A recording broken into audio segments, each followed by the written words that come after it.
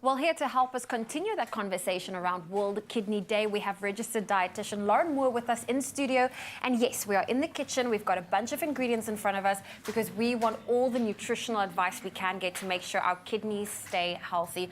Lauren, it's great to have you back. Thank you for having me. It's always fun. what? It's always fun, and it's always interesting to learn new things and also just to make slight tweaks to our lifestyle.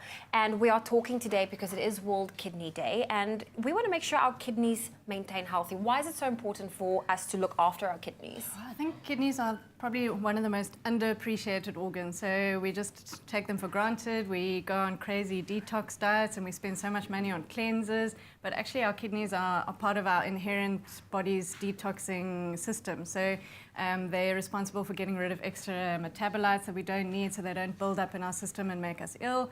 They're responsible for fluid balance. They help bone health. They help with production of red blood cells. So they're a very diverse organ, and it's really worth prioritizing their health. And it's a very important organ as well. So let's start off with, what would you recommend we cut out of our diet or eat less of in order to make sure our kidneys stay as healthy as possible? That sounds like an easy question, but it's actually quite complicated when we're talking about kidneys. So I think it's important to clarify who we're talking about today.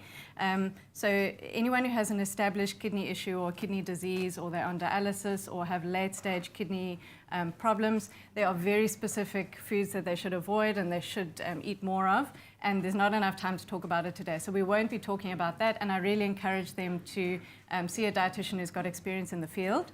So today we'll focus more on those people who are not necessarily having current issues with their kidneys, and we want to promote their kidney health and keep their kidneys as healthy as possible. So things we want to cut out are the usual suspects. So and I think we want to look at this in the sense of preventing damage to our kidneys, which often happens from chronic diseases of lifestyle like high blood pressure, diabetes, obesity.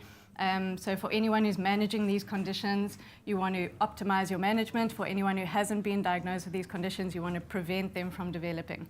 So things like processed meats, polonies, they're very high in saturated fat and salt, so they're definitely something you want to eat as little as possible.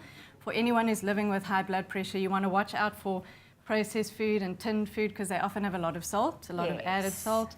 And then things like takeaways, sweets and chocolates, sugary drinks, which are very calorie dense, all the nice things. You want to eat them in moderation. Well, you did say those are the usual suspects. You've also brought some ingredients along because a little bit later we'll be making a hearty, healthy chicken soup.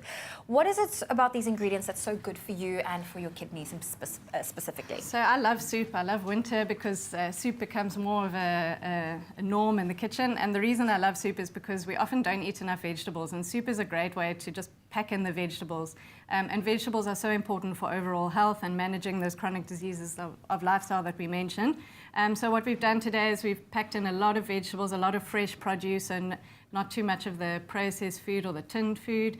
We've done a lot of the vegetables and the fresh herbs to flavor instead of relying on salt. And also what we've done, like you mentioned earlier, small little tweaks that we want to make to our diet. Yes. So choosing a leaner type of protein like chicken instead of your fattier meats like mutton or lamb, and choosing a light coconut milk instead of a normal coconut milk. So it doesn't have to be a complete overhaul of your diet or any crazy big changes. You just want to focus on small changes which will cumulatively have a big impact on your kidney health. Okay, and then just quickly making those small changes. I see a lot of green leafies in front of me. These are considered your superfoods for your super nutrients or your superfoods for your kidneys. How much of these should we be including in our diet every day?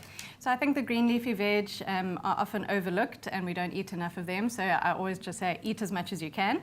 And the same for your berries and your strawberries. They've got a lot of antioxidants, so they're really important. From a vegetable side of things, ideally you should be eating half a plate of veg at every meal in an ideal world, so that's our ultimate goal. And then fruits, you should be eating about 2 to 3 fruits, but obviously it's specific for the person, so that's a general guideline that we should be following. Okay, well, Lauren, thank you so much for joining us this morning, and of course we will be continuing our conversation around World Kidney Day. And don't go anywhere, we will be using these ingredients on your Feel Good Breakfast show to whip up a hearty, healthy chicken soup.